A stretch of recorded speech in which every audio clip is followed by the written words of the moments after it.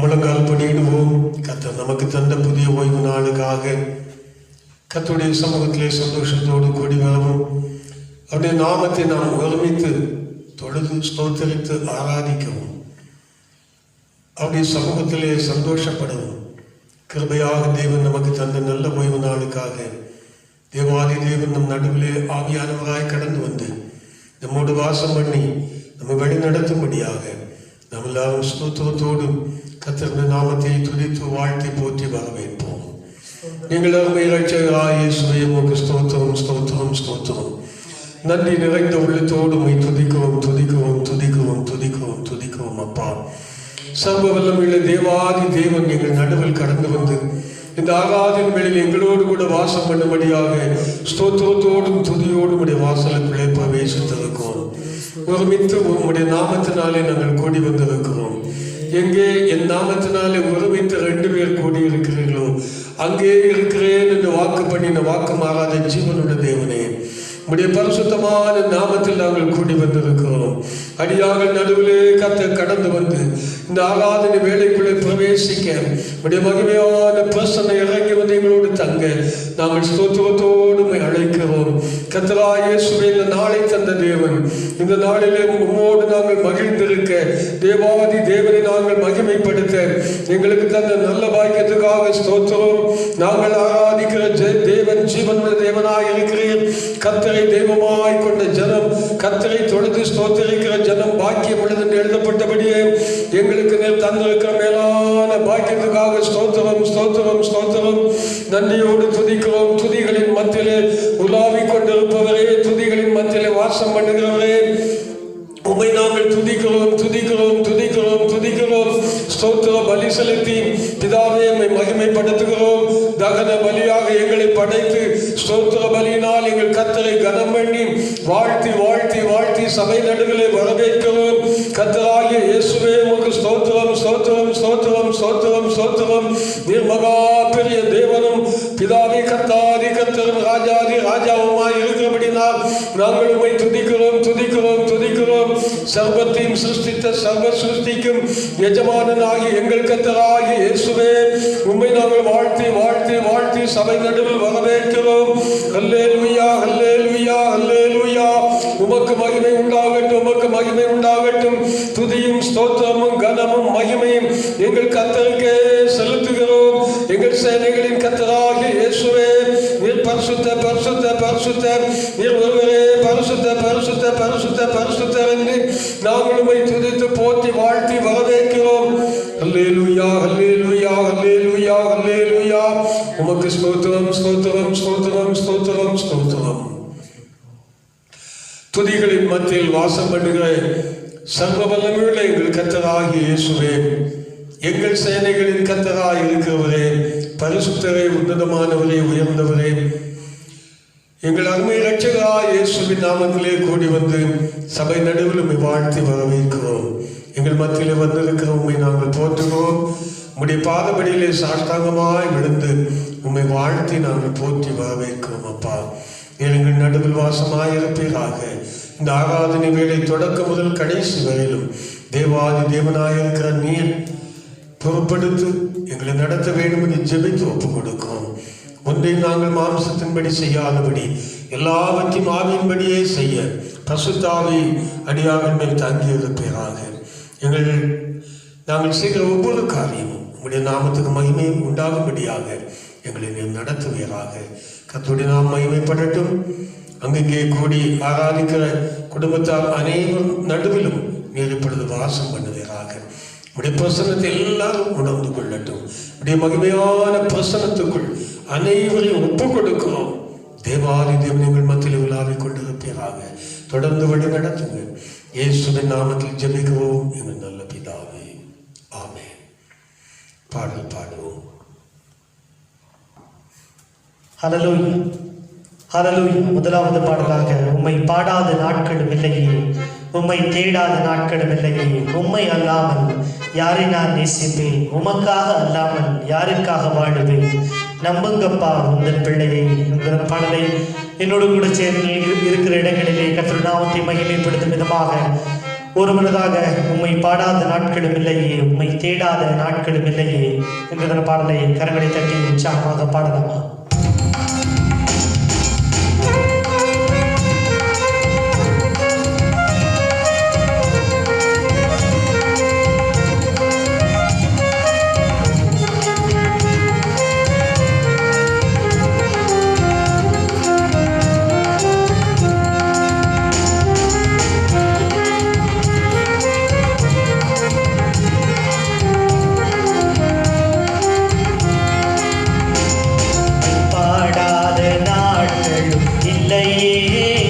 உம்மை தேடாத நாட்களும் இல்லையே, உம்மை பாடாத நாட்களும் இல்லையே, உம்மை தேடாத நாட்களும் இல்லையே. உம்மை அல்லாமல் யாரை நான் நேசிப்பேன், உமக்காக அல்லாமல் யாருக்காக வாழுவேன். உம்மை அல்லாமல் யாரை நான் நேசிப்பேன், உமக்காக அல்லாமல் யாருக்காக வாழுவேன். நம்புங்கப்பா உந்தன் பிள்ளையை, நம்புங்கப்பா உந்தன் பிள்ளையை, நம்புங்கப்பா உங்க பிள்ளையை, நம்புங்கப்பா உந்தன் பிள்ளையை. பாடாத நாட்களும் இல்லையே, உம்மை தேடாத நாட்களும் இல்லையே, உம்மை பாடாத நாட்களும் இல்லையே, தேடாத நாட்களும் இல்லையே. வெள்ளியை புடமிடும் போல என்னை புடமிட்டீர், வெள்ளியை புடமிடும் போல என்னை புடமிட்டீர், அதனால் நான் சுத்தமானேனே,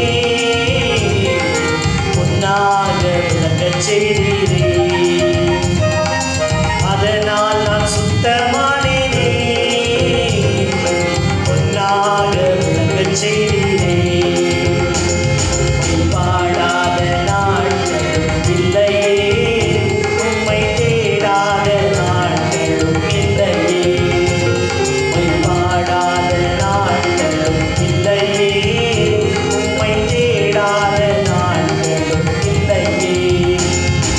பொருத்தனைகள் நிறைவேற்றி ஸ்தோத்திரங்கள் செலுத்துவேன், பொருத்தனைகள் நிறைவேற்றி ஸ்தோத்திரங்கள் செலுத்துவேன், ஆராதித்து உம்மை உயர்த்துவேன். நம்புங்கப்பா உங்க பிள்ளையை, ஆராதித்து உம்மை உயர்த்துவேன். நம்புங்கப்பா உங்க பிள்ளையை. என்னோடு கூட சேர்ந்து இருக்கிறவர்களுடைய கரங்களை தட்டி உற்சாகமாக முழுமனதாக பாடலாமா? தேடாத நாட்களும் இல்லையே, உம்மை பாடாத நாட்களும் இல்லையே, உம்மை தேடாத நாட்களும் இல்லையே. அலைச்சல்களை எண்ணி நீர் கண்ணீரும் துருத்தியில், அலைச்சல்களை எண்ணி நீர் கண்ணீரும் துருத்தியில் வைத்து நன்மை தருபவரே, நம்புவேன் நான் எல்லா நாளிலும், வைத்து நன்மை தருபவரே, நம்புவேன் நான் எல்லா நாளிலும். உம்மை பாடாத நாட்களும் இல்லையே, உம்மை தேடாத நாட்களும் இல்லையே, உம்மை பாடாத நாட்களும் இல்லையே, உம்மை தேடாத நாட்களும் இல்லையே. உம்மை அல்லாமல் யாரை நான் நேசிப்பேன், உமக்காக அல்லாமல் யாருக்காக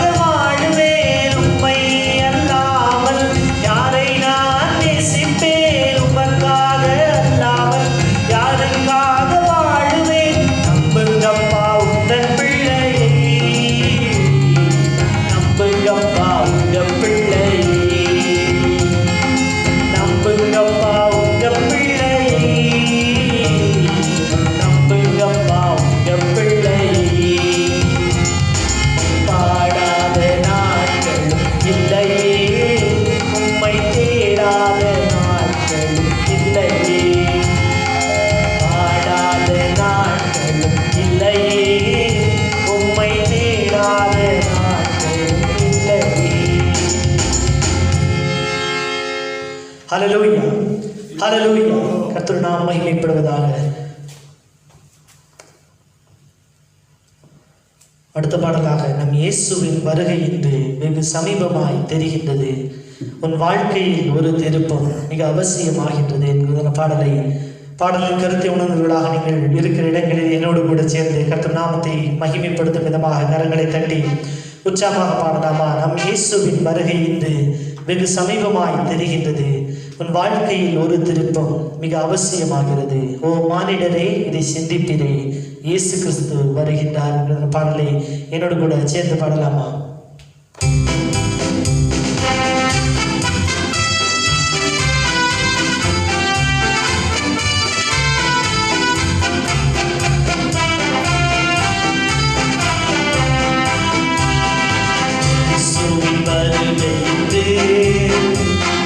சமீபமாய் தெரிகின்றது, உன் வாழ்க்கையில் ஒரு திருப்பம் மிக அவசியமாகிறது. உன் வாழ்க்கையில் ஒரு திருப்பம் மிக அவசியமாகிறது. ஓ மானிடரே, இதை சிந்திப்பிரே, இயேசு கிறிஸ்து வருகின்றார்.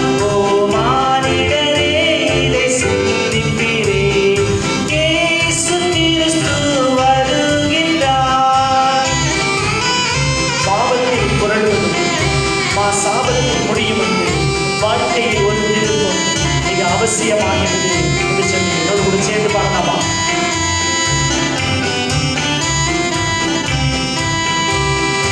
பாவத்தில் புகழுவதும் சாபத்தில் முடியும் என்று, பாவத்தில் புகழுவதும் சாபத்தில் முடியும் என்று, வாழ்க்கையில் ஒரு திருப்பம் மிக அவசியமாகிறது. உன் வாழ்க்கையில் ஒரு திருப்பம் மிக அவசியமாகிறது. ஓ மானிடரே, இதை சிந்திப்பிரே, இயேசு கிறிஸ்து வருகின்றார். ஓ மானிடரே, இதை சிந்திப்பிரே,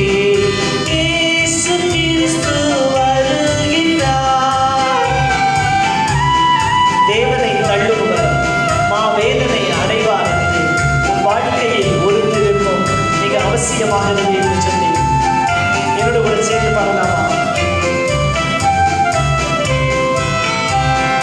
தேவனை தள்ளுபவர் மாவேதனை அடைவார்,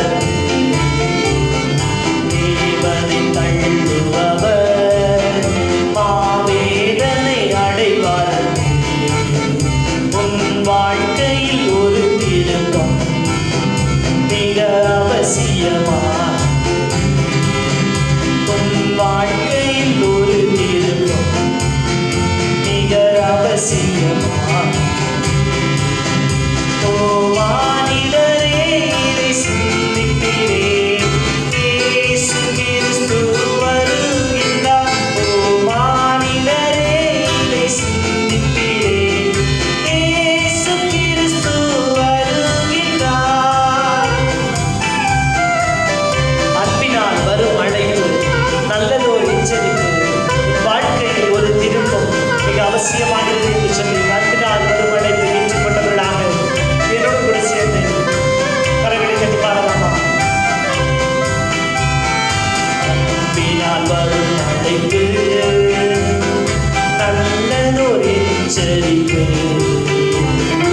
அன்பினால் வரும் அழைப்பு, நல்லதோர் எச்சரிப்பு, உன் வாழ்க்கையில் ஒரு திருப்பம் மிக அவசியமாகிறது.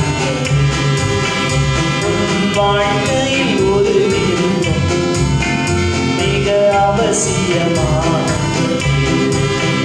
ஓ மானிடரே, இதை சிந்திப்பிரே, இயேசு கிறிஸ்து வருகின்றார். ஓ மானிடரே, இதை சிந்திப்பிரே, இயேசு கிறிஸ்து வருகின்றார்.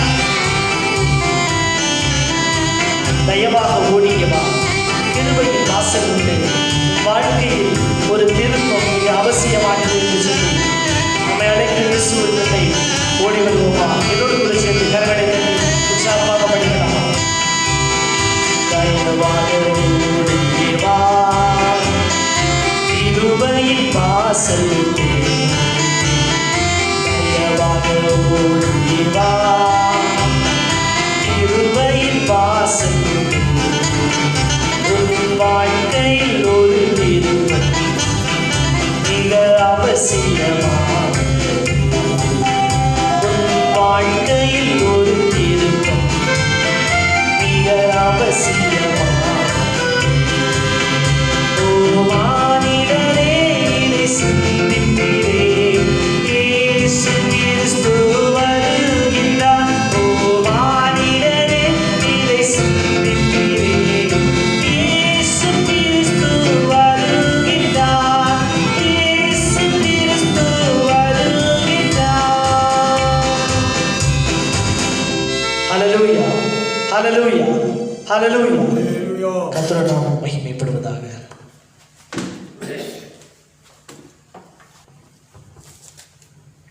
ஒரு சங்கீத பகுதியை வாசித்து நாம் சில நிமிஷ நேரம் தேவனை ஆராதிக்க போகிறோம். அங்கங்கே வீடுகளிலே கூடியிருக்கிற நாம் அனைவரும் ஒரு மனமாக கூடி கர்த்தரை மகிமைப்படுத்துகிற நேரமாக இருக்கிறது. இந்த வேளையிலே தேவன் நம் நடுவிலே கடந்து வந்து பெரிய காரியங்களை செய்யவும் அவர் மகிமைப்படும்படியாகவும் இந்த ஆராதனை நேரத்தை நாம் பயன்படுத்துவோம். ஒரு சங்கீதத்தை வாசிப்போம். 100ஆம் சங்கீதத்தை வாசிப்போம். சங்கீதம் 100. பூமியின் குடிகளே, எல்லாரும் கர்த்தரை கம்பீரமாய் பாடுங்கள். மகிழ்ச்சியோடைய கர்த்தருக்கு ஆராதனை செய்து ஆனந்த சத்தத்தோடைய அவர் சந்நிதி முன் வாருங்கள். கர்த்தரே தேவன் என்று அறியுங்கள். நாம் அல்ல, அவரே நம்மை உண்டாக்கினார். நாம் அவர் ஜனங்களும் அவர் மேய்ச்சலின் ஆடுகளுமாய் இருக்கிறோம். அவர் வாசல்களில் துதியோடும் அவர் பிரகாரங்களில் புகழ்ச்சியோடும் பிரவேசித்து அவரை துதித்து அவருடைய நாமத்தை ஸ்தோத்திரியுங்கள். கர்த்தர் நல்லவர், அவருடைய கிருபை என்றென்றைக்கும், அவருடைய உண்மை தலைமுறை தலைமுறைக்கும் உள்ளது. நம்முடைய தேவன் மிகவும் நல்லவர். கர்த்தரை போல நல்லவர்கள் பூமியில் ஒருவரும் கிடையாது. வானத்திலும் பூமியிலும் நம்முடைய கர்த்தராகிய இயேசு ஒருவரே நல்லவர் என்று சொல்ல முடியும். அந்த நல்லவராகிய இயேசுவை தான் இன்றைக்கு நாம் தொழுது ஸ்தோத்திரிக்க வேண்டும் என்று வேதம் சொல்லுகிறது. மகிழ்ச்சியோடு சந்தோஷத்தோடு மன நிறைவோடு தேவனை ஆராதிக்க வேண்டும் என்று எழுதப்பட்டிருக்கிறது. காரணம், அவர் நம்முடைய வாழ்க்கையிலே எப்பொழுதும் நல்லவராகவே இருக்கிறார். ஒரு தீமை நமக்கு அவர் செய்வதில்லை, நல்லவைகளையே செய்திருக்கிறார். இதுவரையிலும் தேவன் செய்த நல்லவைகளை நாம் நினைத்து பார்ப்போம். பாவத்திலும் சாபத்திலும் உழந்து கிடந்த நம்மை தூக்கி எடுத்து அவர் சிந்தின பரிசுத்தமான இரத்தத்தினால் நம்மை கழுவி அவருடைய சொந்த ஆவியை நமக்குள் கொடுத்து அப்பா பிதாவே என்று தேவாதி தேவனை கூப்பிட்டு சந்தோஷப்பட, தகப்பனும் பிள்ளைகளும் சந்தோஷிக்கிற வண்ணமாக இந்த பூமியில் நாம் சந்தோஷப்பட தேவன் தந்த கிருபை எவ்வளவு பெரியது. இதை கொடுத்த தேவன் எவ்வளவு நல்லவர் என்பதை நாம் ருசித்து பார்ப்போம். கர்த்தர் நல்லவர் என்பதை ருசித்து பாருங்கள் என்று எழுதப்பட்டபடி அவர் எவ்வளவு நல்லவர் என்பதை ருசித்து நாம் அவரை ஆராதிக்க வேண்டியவர்களாக இருக்கும். ஆகவேதான் எல்லாரும் மகிழ்ச்சியோடு தேவனுக்கு ஆராதனை செய்ய வேண்டுமா? இந்த பூமியில் இருக்கிற குடிகள் எல்லாம் பூமியின் குடிகளே என்று எழுதப்பட்டிருக்கிறது. அப்படியானால் கர்த்தரை அறியாத மக்கள் ஏராளம் உண்டு.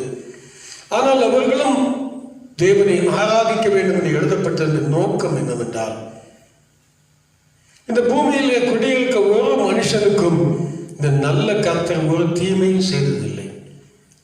எல்லா மனுஷருக்காகவும் தன் ஜீவனை முழுவதுமாய் கொடுத்தவர், இரத்தத்தை முழுவதுமாய் சிந்தினவர். ஆகவேதான் அறிந்தவர்களானாலும் அறியாதவர்களானாலும் எந்த சிருஷ்டியானாலும் அது தேவனை மகிமைப்படுத்தித்தான் ஆக வேண்டும்.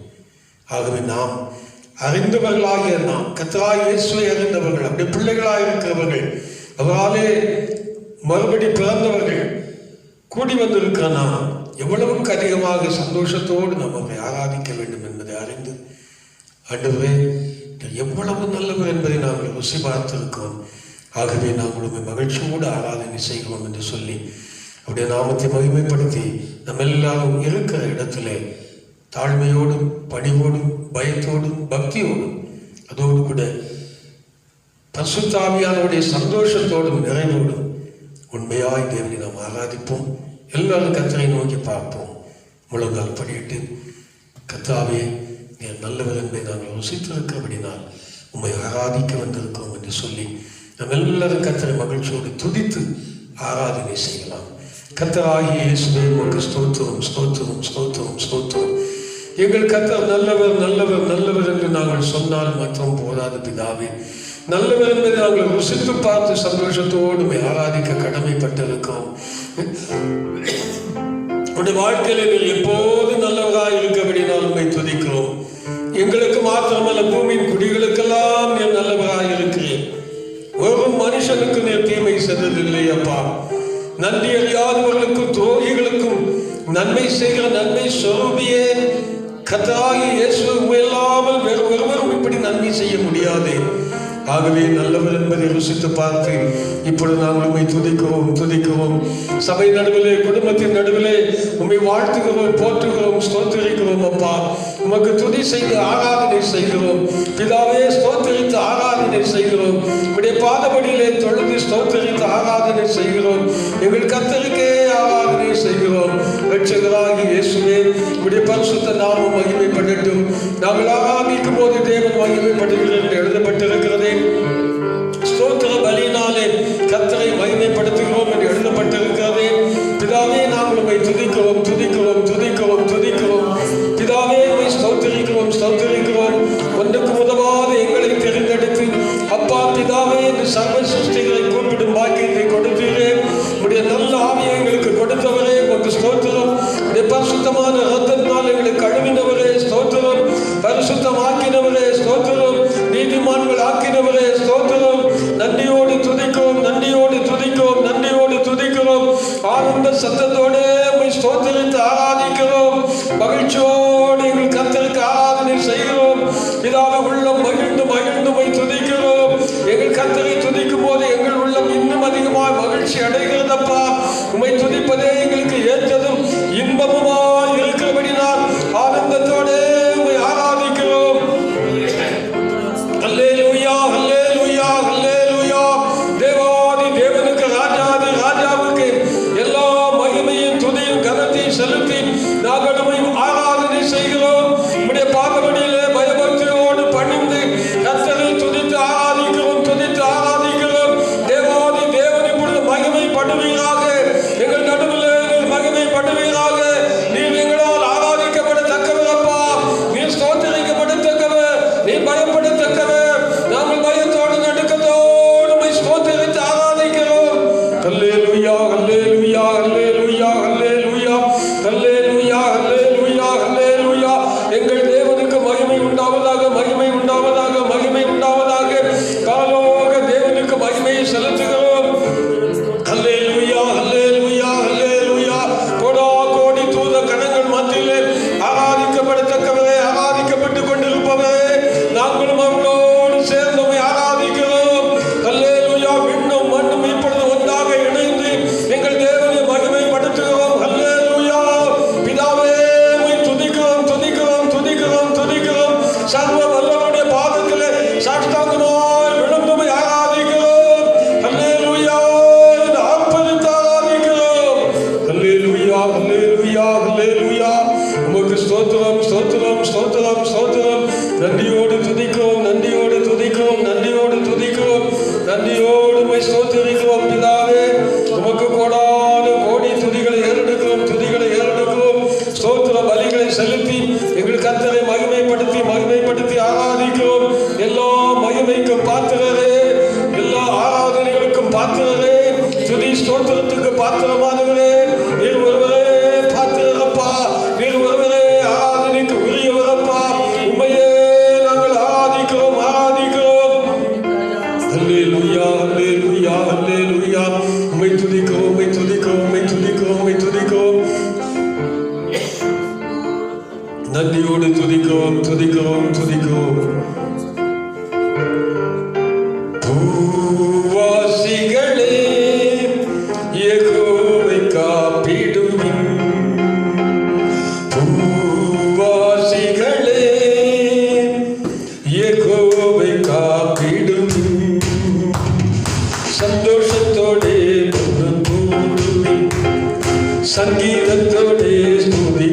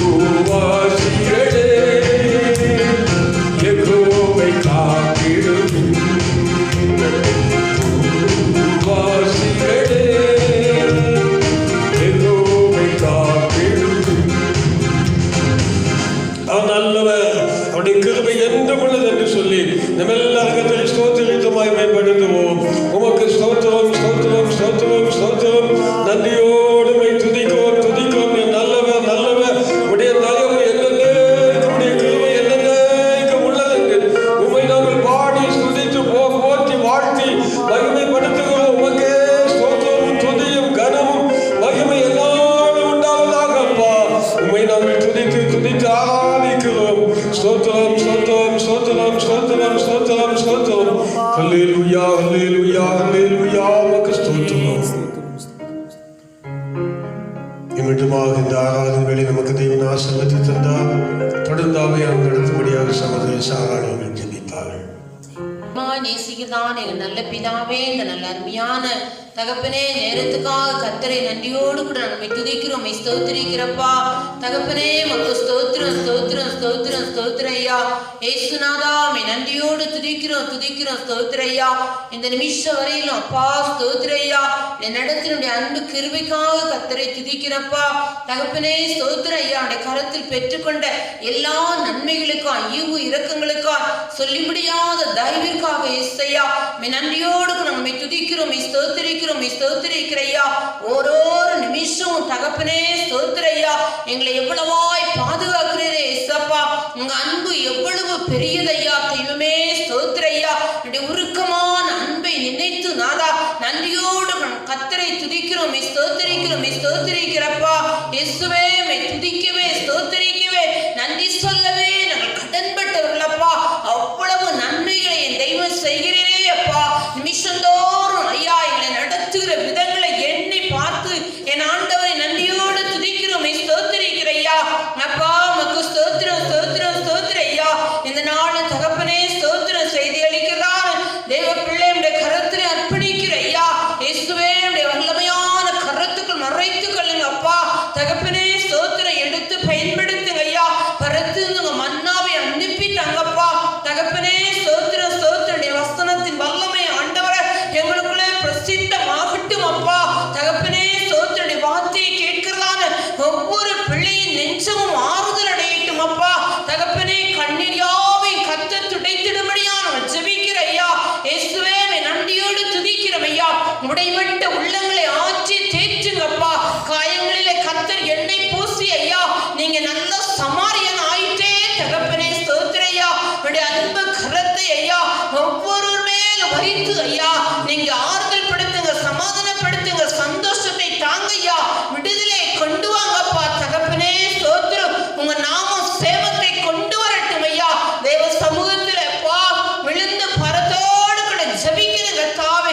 கர்த்தருடைய விண்ணப்பத்திற்கு பதில் தந்திடும்படியா நாங்கள் ஜெபிக்கிறோம் ஐயா.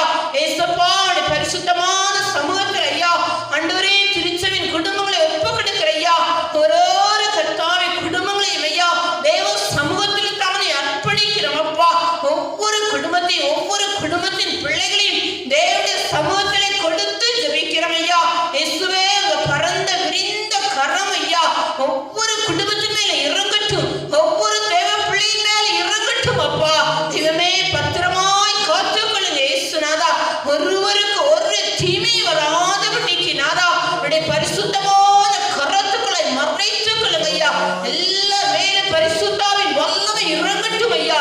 ஒவ்வொரு கூடாரத்திலும் பரிசுத்தாவின் வல்லமை இறங்கட்டும் அப்பா. தெய்வம் பத்திரமாய் காத்துக் கொள்ளுங்க. யாருக்கு என்ன தேவை இருக்குதோ, என்ன குறைவு இருக்குதோ ஐயா பரலோக பிதா நீங்க அறிந்திருக்கிறீங்கப்பா தகப்பனே. இந்த குறைவுகளை என் தெய்வம் நிறைவுபடுத்த கடந்து வாங்கப்பா. எல்லாருடைய குறைவு நிறைவாகட்டும், எல்லாருடைய தேவைகளும் சந்திக்கப்படட்டும் ஐயா. தேவ சமூகத்தில் ஒப்பு கொடுக்கிற ஒரு வீடு கூட ஐயா, ஒரு தேவ பிள்ளை கூட குறைவற்ற நிலைமையில வேண்டாம் ஐயா. தெய்வீக ஆசீர்வாதம் இறங்கட்டும் அப்பா. தெய்வீக ஆசீர்வாதம் இறங்கட்டும் அப்பனே.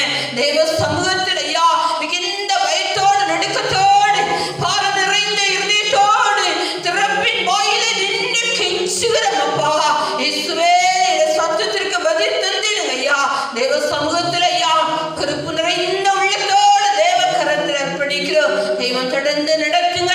மகாபிரிய வருகைக்கு ஐயா எங்களை குடும்பமாய் ஆயத்தப்படுத்தி விடுங்கப்பா தகப்பன். எப்பொழுது வருவீரோ அப்பொழுது வீட்டின் நன்மையை கண்டடை கருத்துதவி செய்கையா.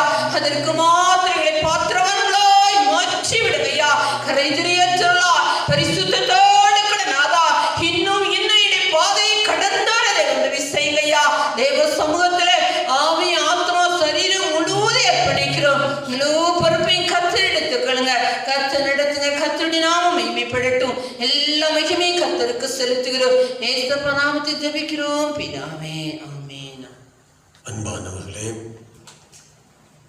அங்கெங்கே கூடி எங்களோடு சேர்ந்து ஆராதித்துக் கொண்டிருக்கிற ஒவ்வொருவரும், சபையார் அனைவரும் ஒரு காரியத்தை நாம் மனதில் வைத்து பாரத்தோடு கர்த்தரை நோக்கி பார்க்க வேண்டியவர்களாக இருக்கிறோம்.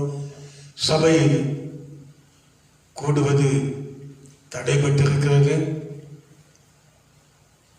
இந்த சபை கூடுதல் சீக்கிரமாக தேவன் உண்டாக்கி கொடுக்கும்படியாக, அதற்கான தடைகளை எல்லாம் நீக்கி போடும்படியாக கர்த்தரை நோக்கி விண்ணப்பம் பண்ண வேண்டியவர்களாக இருக்கிறோம். சீக்கிரமாக தடைகள் நீங்கி நம் அனைவரும் ஒன்று கூடி ஓரிடத்தில் கூடி தேவனை துதித்து ஆராதித்து மகிமைப்படுத்த தேவன் வழிவாசலை திறக்கும்படியாக ஜெபிப்போம். அதற்கென்று தேவன் நமக்கு தந்திருக்கிற வேத வசனத்தை நீங்கள் எழுதி வைத்துக்கொண்டு அதை நீங்கள் மனதில் பதித்து எப்போதும் அந்த வாக்கு தத்தத்தை பிடித்து நாம் ஜெபிக்க வேண்டியவர்களாக இருக்கிறோம். செப்பனியா தீர்க்கதரிசன புஸ்தகம் 3ஆம் அதிகாரம் 18ஆம் வசனம் குறித்து வைத்துக் கொள்ளுங்கள். செப்பனியா 3ஆம் அதிகாரம் 18ஆம் வசனத்தை நீங்கள் படித்து அதை தேவனுக்கு தெரியப்படுத்தி, இப்படி நீங்கள் சொல்லியிருக்கிறீங்களே, இந்த வசனம் எங்கள் சபைகளில் நிறைவேற வேண்டும். நாங்கள் சபையின் மனுஷனாக இருக்கிறோம், பண்டிகை ஆசரிப்பில்லை, சபை கூடுவது இல்லை, சீக்கிரமாக கூட்டுவேன் என்று சொல்லியிருக்கிறீங்களே, இந்த வார்த்தை நிறைவேற வேண்டும் என்று அவருடைய வாக்குத்தத்தங்களை பிடித்து ஒவ்வொரு நாளும் ஜெபிப்போம். சீக்கிரமாக தேவன் வழிவாசலை திறக்க வல்லவராக இருக்கிறார். இந்த மனநிலை பதித்துக் கொள்வோம். நாமும் அந்த நாளுக்கென்று ஆயத்தமாகி தேவன் எல்லாரும் துதிப்பதற்கும் மகிமைப்படுத்துவதற்கும் நம்மை ஆயத்தப்படுத்திக் கொள்ள வேண்டியவர்களாக இருக்கிறோம். ஒருவேளை சபையார் இன்னும் ஒரு சரியான ஆயத்த நிலைமைக்குள்ள வராதபடினால் கூட இந்த காலங்கள் நீடித்து போகலாம். நாம் தேவனால் தெரிந்து கொள்ளப்பட்டவர்கள் நிமித்தமாகத்தான் தேவன் சீக்கிரமாக இந்த கட்டுப்பாடுகளை அல்லது தடைகளை தேவன் நீக்க முடியும். ஆகவே நாம் அனைவரும், சபையார் அனைவரும் மிகுந்த பயத்தோடு பக்தியோடு இந்த நாட்டில் காணப்பட்டு நம்முடைய ஆவிக்குரிய நிலைமையில நாம் இன்னும் அதிகமாக வளர்ந்து அந்த தேவனுடைய நாளுக்கென்று நாம் துப்புரவானவர்களாக இருக்க வேண்டும். அப்படிப்பட்ட ஆயத்தம் திருச்சபையில் உண்டாக வேண்டும். அனைவரும் அங்கங்கே இருக்கிறவர்கள் இந்த உள்ளங்களை தேவனுக்கு ஒப்புக் கொடுத்து உடைய இருதயங்கள் எல்லாம் சுத்தமாக்கி கொண்டவர்களாக ஆயத்தமாகும் போது தேவன் சீக்கிரமாக நமக்கு வழிவாசலை திறந்து கொடுப்பார் என்பதை நான் சபையாக தெரியப்படுத்துகிறேன். அனைவரும் ஆயத்தமாக இருப்போம். கர்த்தர் நிச்சயமாக நமக்கு இந்த காரியங்களை செய்வார். தொடர்ந்து ஒரு வேத பகுதியை வாசிப்போம். வாசித்த பிற்பாடு கர்த்தருடைய செய்திக்கு நாம் கடந்து போகலாம். வாசிக்கும்படியாக குறிக்கப்பட்ட வேத பகுதி வெளிப்படுத்தின விசேஷம் 3ஆம் அதிகாரம் 7ஆம் வசனம் முதல் 13ஆம் வசனம் முடிய. வெளிப்படுத்தல் 3ஆம் அதிகாரம் 7ஆம் வசனம் முதல் 13ஆம் வசனம் முடிய. பிலதெல்பியா சபையின் தூதனுக்கு நீ எழுத வேண்டியது என்னவெனில், பரிசுத்தம் உள்ளவரும் சத்தியம் உள்ளவரும் தாவீதின் திறவுகோலை உடையவரும் ஒருவரும் பூட்டக்கூடாதபடிக்கு திறக்கிறவரும் ஒருவரும் திறக்கக்கூடாதபடிக்கு பூட்டுகிறவருமாய் இருக்கிறவர் சொல்லுகிறதாவது, உன் கிரியைகளை அறிந்திருக்கிறேன். உனக்கு கொஞ்சம் பலன் இருந்தும் நீ என் நாமத்தை மறுதலியாமல் என் வசனத்தை கை கொண்டபடினாலே இதோ திறந்த வாசலை உனக்கு முன்பாக வைத்திருக்கிறேன். அதை ஒருவனும் பூட்ட மாட்டான். இதோ யூதர் அல்லாதிருந்தும் தங்களை யூதர் என்றும் பொய் சொல்கிறவராகிய சாத்தானுடைய கூட்டத்தார் சிலரை உனக்கு கொடுப்பேன். இதோ அவர்கள் உன் பாதங்களுக்கு முன்பாக வந்து பணிந்து நான் உன்மேல் அன்பாய் இருக்கிறதை அறிந்து கொள்ளும்படி செய்வேன். என் பொறுமையை குறித்து சொல்லிய வசனத்தை நீ காத்து கொண்டபடினால் பூமியில் குடியிருக்கிறவர்களை சோதிக்கும்படியாக பூச்சக்கரத்தின் மேலெங்கும் வரப்போகிற சோதனை காலத்திற்கு தப்பும்படி நானும் உன்னை காப்பேன். இதோ சீக்கிரமாய் வருகிறேன். ஒருவனும் உன் கிரீடத்தை எடுத்துக்கொள்ளாதபடிக்கு உனக்குள்ளதை பற்றி கொண்டது. ஜெயம் கொள்ளுகிறவனோ அவனை என் தேவனுடைய ஆலயத்திலே தூணாக்குவேன். அது நின்று அவன் ஒரு காலம் நீங்குவதில்லை. என் தேவனுடைய நாமத்தையும் என் தேவனால் பரலோகத்தில் இருந்து இறங்கி வருகிற புதிய எருசலேம் ஆகிய என் தேவனுடைய நகரத்தின் நாமத்தையும் என் புதிய நாமத்தையும் உண்மையில் எழுதுவேன். ஆவியானவர் சபைகளுக்கு சொல்லுகிறதை காதுள்ளவன் கேட்க கடவன் என்று எழுது என்பதே. நம்முடைய கர்த்தராகிய இயேசு கிறிஸ்துவின் பரிசுத்தமான நாமத்துக்கு ஸ்தோத்திரம் உண்டாவதாக. அதி சீக்கிரமாய் வரப்போகிற கர்த்தராகிய இயேசு கிறிஸ்துவின் நாமத்தினால் உங்கள் அனைவருக்கும் வாழ்த்துக்களை தெரியப்படுத்துகிறேன். இம்மட்டும் காத்த இம்மானுவேலர் இனி நம்மை காப்பாராக. இந்த நாளிலும் சபைக்கு பரிசுத்த ஆவியானவர் சொல்லுகிறதை காதுள்ளவர்கள் கேட்க கடவர்கள் என்று எழுதப்பட்டிருக்கிறது.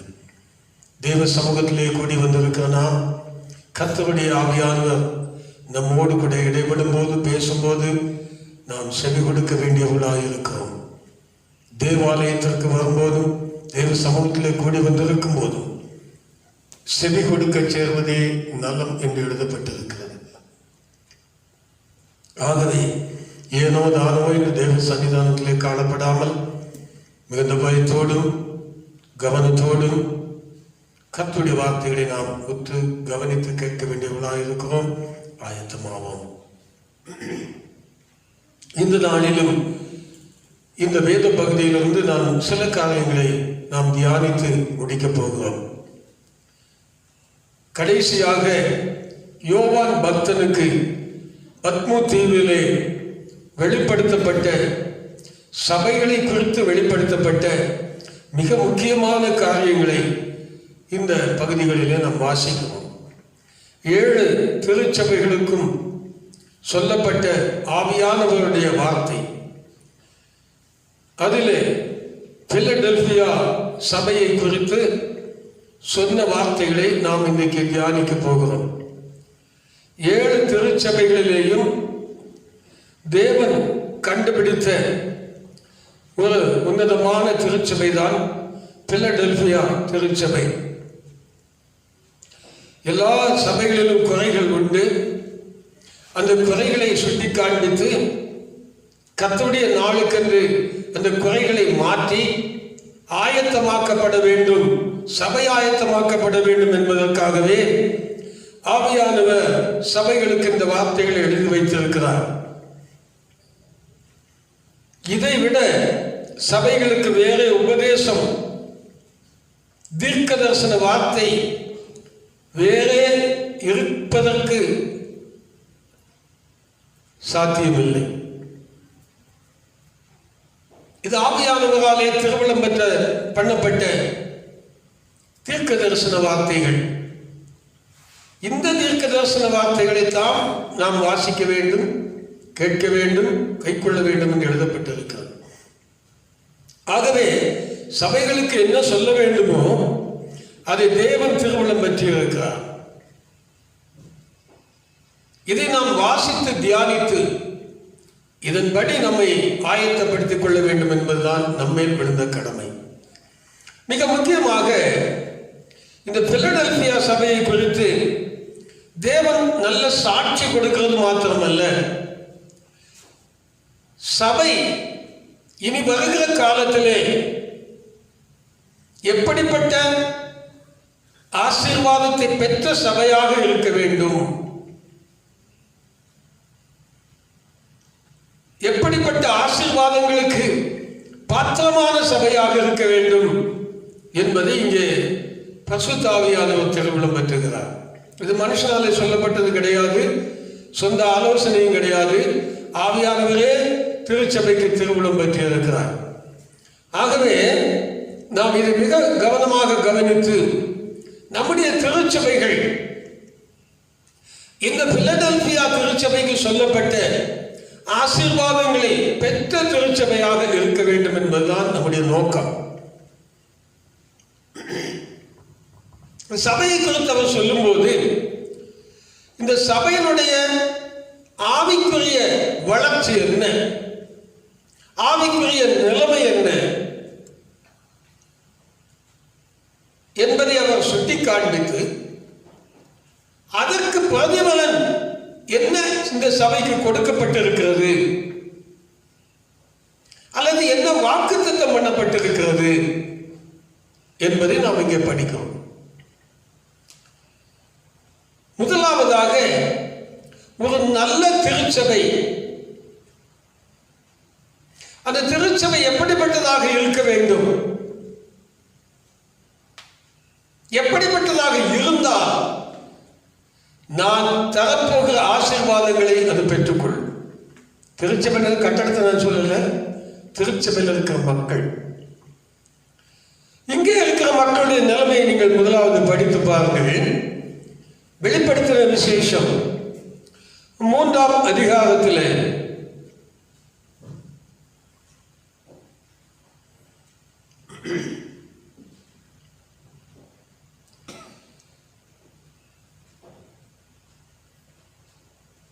8ஆம் வசனத்தை படிப்போம். 8ஆம் வசனம்.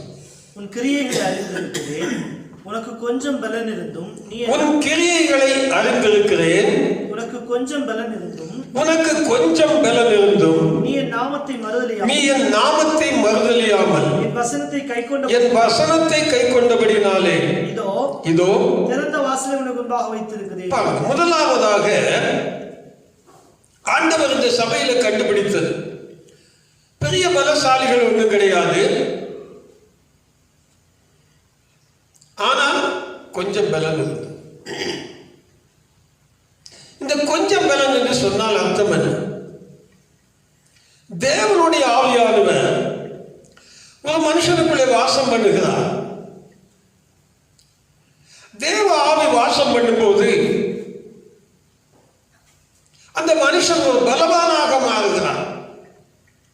அது அப்போஸ்தலர் நடவடிக்கைகளில் பார்க்கிறோம். ஆவியான நம்மிடத்தில் வரும்போது பலன் அடைகிறோம் நாம். ஏன் இங்கே கொஞ்சம் பலன் என்று எழுதப்பட்டிருக்கிறது? இந்த கொஞ்சம் பலன் என்று சொல்லி நம்ம சொல்லல, ஆவியானவர் சொல்லுகிறார். இப்போ நான் பெற்றிருக்கிற பலன் தேவனிடத்திலும் தான் அது கிடைத்திருக்கிறது. அவர் தான் நமக்கு எந்த அளவுக்கு கொடுத்திருக்காருன்னு அவருக்கு தான் தெரியும். நான் இப்போ எனக்கு கொஞ்சம் பலன் இருந்தாலும் நான் கொஞ்சம் பலன் சொல்ல மாட்டேன். நான் ரொம்ப பலன் பெற்று பலசாலின்னு சொல்லிடலாம், எனக்கு எல்லாம் இருக்கிறது என்று சொல்லலாம். ஆனால் தேவனுக்கு தான் தெரியும் நமக்கு எவ்வளவு பலன் இருக்கிறது என்று சொல்லி. நமக்கு எவ்வளவு பலன் இருக்கிறது என்று தெரியாது. இப்ப இந்த சபையாருக்கும் பெரிய எவ்வளவு பலன் இருக்கு அப்படின்லாம் தெரியாது. தேவன் சொல்லுகிறார் உனக்கு கொஞ்சம் பலன் தான் இருக்கிறது. சரி போகட்டும். அதுக்கு இன்னும் சொல்ல போனால் அவங்களுக்கு உள்ளே இருக்கிற பலன், இப்போ என்ன கண்டிஷன்ல நம்ம இருக்கிறோமோ, இப்போ என்ன பலன் இருக்கிறதோ அது இருக்கிற பலன், தங்களுக்கு உள்ள பலன் என்று பொருள். இல்லாததை உள்ளேயும் சொல்லக்கூடாது, உள்ள இருக்கிறது இல்லாதுன்னு சொல்லக்கூடாது. எவ்வளவு இருக்குதோ அவ்வளவுதான். அதைத்தான் அவர் உனக்கு கொஞ்சம் பலன் என்று சொல்லி, இப்ப இருக்கிற பலன். இப்போ இவங்களுக்குள்ள இருக்கிற பலனை நீங்கள் வைத்துக் கொண்டு இவங்க பெரிய காரியத்தை ஒன்று சாதிக்க முடியாது என்பது அதனுடைய பொருள். ஆனால் இந்த சபையாரிடத்தில் காணப்பட்ட விசேஷத்தை ஒரு ஆவிக்குரிய அனுபவம் தான். நம்ம நினைக்கிறபடி இப்போ இருக்கிற பலனை வச்சு நம்ம ஒன்றும் செய்ய முடியாதுன்னு சொல்லுகிறோம் இல்லையா? அப்படி அல்ல. அவங்க கொஞ்சம் வித்தியாசமானவர்களாக இருந்தாங்க. பலன் கொஞ்சம் தான், ஆனால் அந்த கொஞ்சம் பலனை கொண்டு, தங்களுக்கு இருக்கிற பலனை கொண்டு தங்களை அவர் உறுதிப்படுத்திக் கொண்டார். கொஞ்சம் பலன் ஆனாலும் அது யாருடைய பலன்? தேவனுடைய பலன். கொஞ்சமோ நிறைவோ தேவன் நமக்கு கொடுத்திருக்க பலத்திலே நாம் உறுதிப்பட்டவர்களாக இருக்க வேண்டும். அதான் முதல்ல நம்ம செய்ய வேண்டியது. எனக்கு கொடுத்திருக்கிற பலன் தேவன் தந்த பலன், அது ஆவியானவரால் எனக்கு கொடுக்கப்பட்டிருக்கிறது.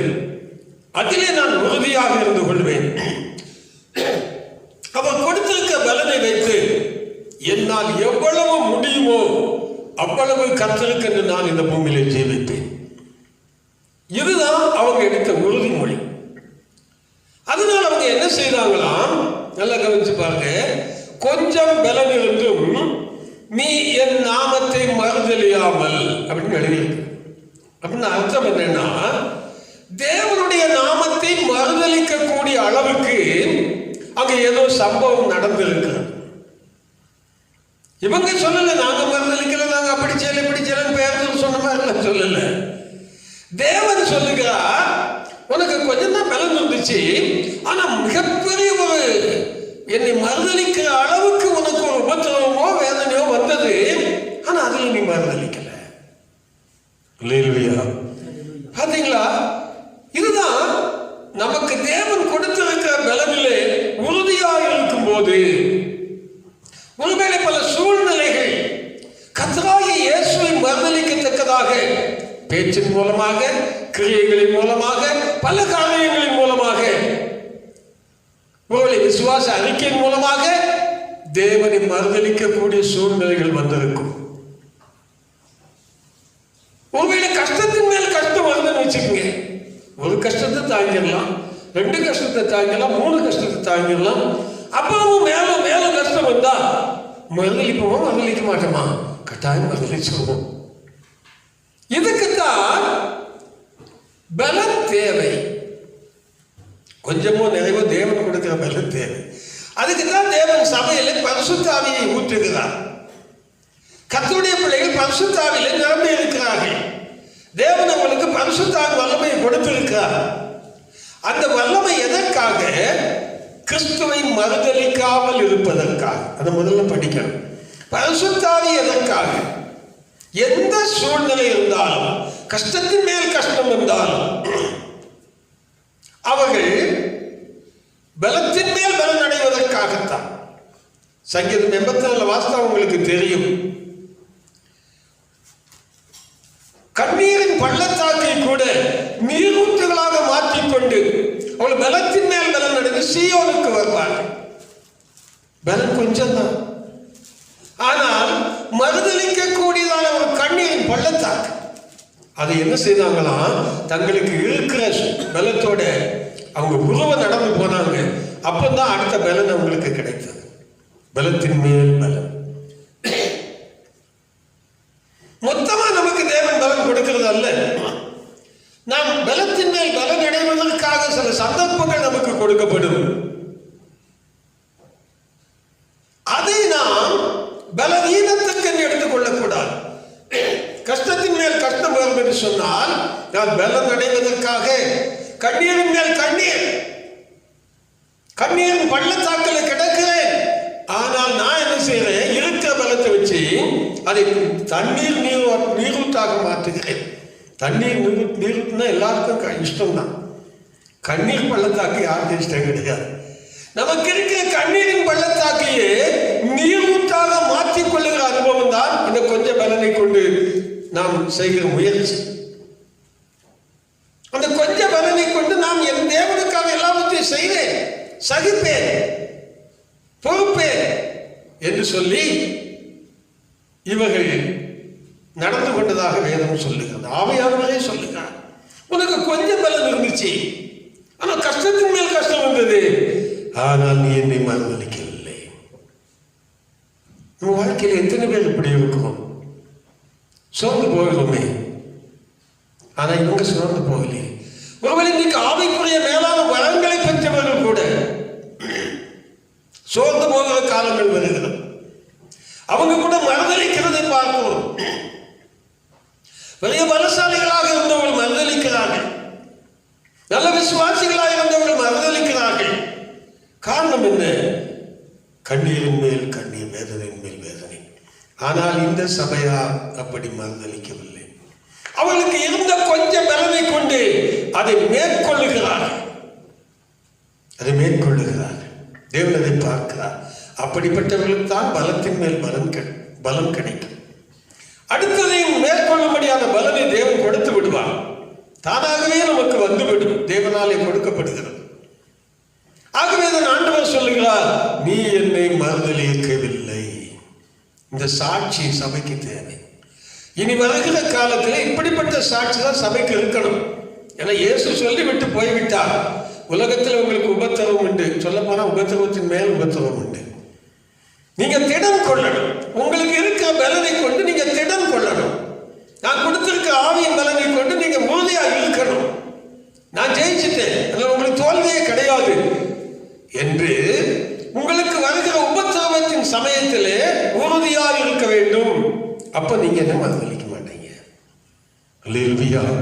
ஆகவே இதுதான் இன்னைக்கு திருச்சபை சாட்சியா இருக்கணும். ஆவியான சாட்சி கொடுக்கணும். பரவாயில்ல, உங்களுக்கு கொஞ்சம் பலன் தான், ஆனால் எத்தனை உபத்திரவங்களை நீங்க கடந்து வந்திருக்கீங்க, என்னை மறுதலிக்கல. எவ்வளவு அருமையான சாட்சி பாருங்க. பரலோகத்துக்கு உடனே சாட்சி போகும். நம்ம இந்த செயலெல்லாம் பரலோகத்துல தெரியும். அதனால அப்படி சொல்லுகிறார். அப்புறம் எழுதியிருக்குது, என் வசனத்தை கை கொண்டபடினால். முதலாவது இயேசு கிறிஸ்துவை நாம் மறுதலிக்கவில்லை. மறுதலிக்கவில்லை என்பதற்கு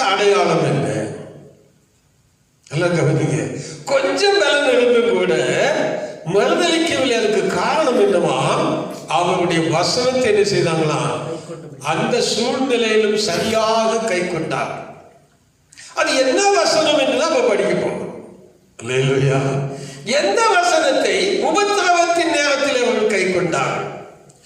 எந்த வசனத்தை கஷ்டத்தின் நேரத்தில் கண்ணீரின் பள்ளத்தாக்கில் கிடக்கும் போது, உபத்திரவத்தின் மேல் உபத்திரவம் வரும்போது எந்த வசனத்தை கை கொண்டார்கள்? இப்ப படிக்கலாம். 10ஆம் வசனம். என் பொறுமையை குறித்து சொல்லிய வசனத்தை நல்லா கவனிங்க. எந்த வசனத்தை கை கொண்டாங்களாம்? மறுதலிக்காம. ஆமா, அவர் பொறுமையை குறித்து. ஏன்னா அவர் பயங்கரமான வேதனை நேரத்திலே அவர் எப்படி பொறுமையாக இருந்தார், எப்படி சகித்தார் என்பதை குறித்த வசனத்தை இந்த ஜனங்கள், சபை மக்கள் கண்ணீரின் பள்ளத்தாக்கில் இருக்கும் போது அந்த வசனத்தை அவர்களுக்கு கை கொண்டதினாலே அவர்கள் மறுதலிக்கவில்லை. அதுக்கு பதிலாக என்ன செய்தாங்க? இயேசுவை போல சகித்தாங்க. அதான் மறுதலிக்காமல். ஆண்டவரே, உங்களை காட்டிலும் நாங்கள் உபத்திரவப்படலை. இப்போ நீங்கப்பட்ட பாடுகளுடைய வசனம் தான் எங்கள் இருதயத்துக்குள்ள வருது. வேண்டாம், ஒரு வசனத்தை வாசிங்க. அது எந்த வசனம்? என் பொறுமையை குறித்து சொல்லிய வசனம். கிறிஸ்து சொல்லுகிறார், என்னுடைய பொறுமை, நான் எப்படி பொறுமையா இருந்தேன் வேதனை நேரத்தில், துன்ப நேரத்தில், அதை நீங்கள் கை கொண்டீர்கள். இப்ப எந்த மனுஷனும் கிறிஸ்துவனுடைய உபத்திரவத்தின் நேரத்தில் அவருடைய பொறுமையை குறித்து எப்படிப்பட்டவராக இருந்தார் என்று பொறுமையை குறித்து சொல்லிய வசனத்தை அறிந்து அதை கை கொள்ளுகிறார்களோ அவர்கள் ஒரு நாள் இயேசுவை மறுதலிக்க மாட்டாங்க. மரணமே வந்தார். இன்னைக்கு நம்மளை விட்டு யாராவது ஒருத்தர் பிரிஞ்சு போயிட்டு ஐயோ கடவுள் கைவிட்டுட்டாங்க மறுதலிப்பு. என்னைக்கும் கடவுள் நம்மளை கைவிடுவா? தேவன் ஒரு நாளும் கைவிட மாட்டார். அவர் நல்லவர், எல்லாருக்கும் நன்மை செய்கிறவர். நன்றி அறியாதவர்களுக்கும் துரோகிகளுக்கும் நன்மை செய்யும் போது விசுவாசிகளுக்கு நன்மை செய்யாமல் இருப்பாரா? எப்படி அவரை பார்த்து கைவிட்டீர்கள் என்று சொல்ல முடியும்? நான் உன்னை விட்டு விலகுவதும் இல்லை, உன்னை கைவிடுவதும் என்று சொல்லி இருக்கிறாரே. ஆகவே அந்த வசனத்தை நீங்க படிங்க. எந்த வசனத்தை அவர்கள் கை கொண்டிருப்பார்கள் என்று வாசிக்கலாம். ஏசாயா தீர்க்க தரிசன புஸ்தகம் 53ஆம் அதிகாரம் 7ஆம் வசனம். ஏசாயா 53ஆம் அதிகாரம் 7ஆம் வசனம் படிக்கலாம். அவர் நெருக்கப்பட்டும், கவனிக்கணும், இந்த சபையார் எந்த வசனத்தை கை கொண்டாங்க? என் பொறுமையை குறித்து சொல்லிய வசனம். இது இயேசு கிறிஸ்துவின் பொறுமையை குறித்து சொல்லிய வசனம். கர்த்தராகிய இயேசு கிறிஸ்து அவர் நெருக்கப்பட்டும் ஒடுக்கப்பட்டும் இருந்தார். ஆனாலும் நம்முடைய வாயை திறக்கவில்லை. என்ன பாருங்க, எப்படி இருந்தாரா? நெருக்கப்பட்டும் ஒடுக்கப்பட்டும் இருந்தார். தேவாதி தேவன் உலகத்தில் மனுஷனாக வந்து நமக்காக எத்தனை பாடுபட்டிருக்காரு பாருங்க. அந்த ஒடுக்கப்பட்டு நெருக்கப்பட்ட நேரத்திலே அவருடைய பொறுமையை பாருங்க.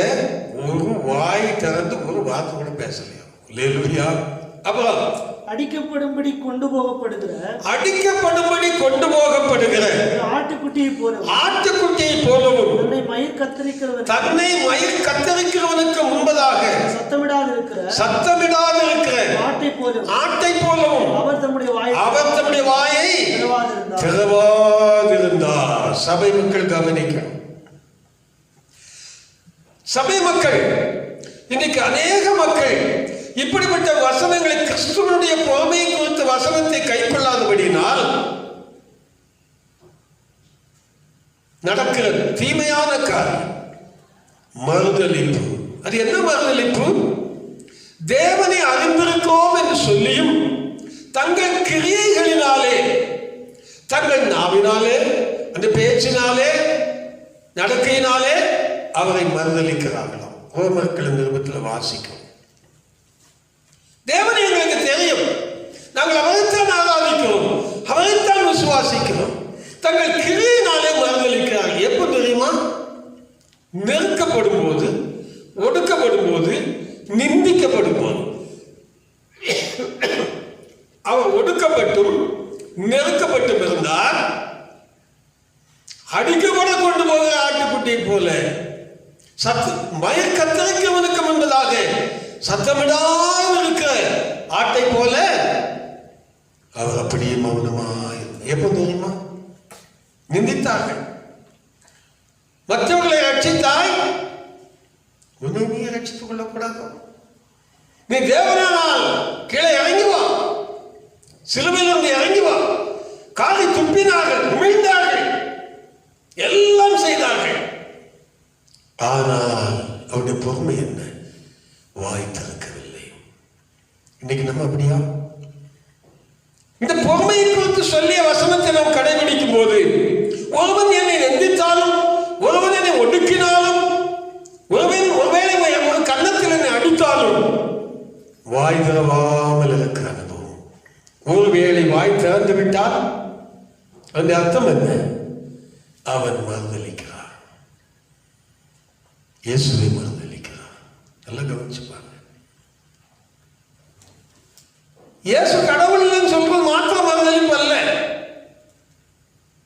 அவருடைய உபதேசங்களை கை கொள்ளாவிட்டாலே அவரை மறுதலிப்பதுதான். அவன் சொன்ன மாதிரிலாம் செய்ய முடியாது அப்படின்னு அர்த்தம் என்ன? மறுதலிப்பது. அவன் சொன்னதை செய்ய முடியாது, அவர் மறுதலிக்கிறார். ஆனால் இந்த சபை மக்களை பாருங்க, அந்த பொறுமையை குறித்து சொல்லிய வசனத்தை கேட்டாங்களாம். அப்ப ஏன் ஆண்டவர் இதை குறித்து சொல்லுகிறார்? உங்களை நிறைய பேர் நிந்திச்சாங்க, இயேசு ஏற்றுக்கொண்டதை தான் நிந்திச்சாங்க, முகாந்திரம் இல்லாமல் உங்களை பேசுனாங்க, திட்டுனாங்க, அடிச்சாங்க. ஆனாலும் நீங்க வாய் திறக்கல, நீ மறுதலிக்கவில்லை. ஆனா பலன் எவ்வளவு? கொஞ்சம். இதுதான் சாட்சியா இருக்கணும். சபை சாட்சியா இருக்கணும். இன்னைக்கு எத்தனை பேர் நம்மை எவ்வளவு நிந்திச்சாலும் சரி, எவ்வளவு கேவலமா பேசினாலும் சரி, நல்லா பேசுங்க, அல்ல வாய் திறக்காதுங்க.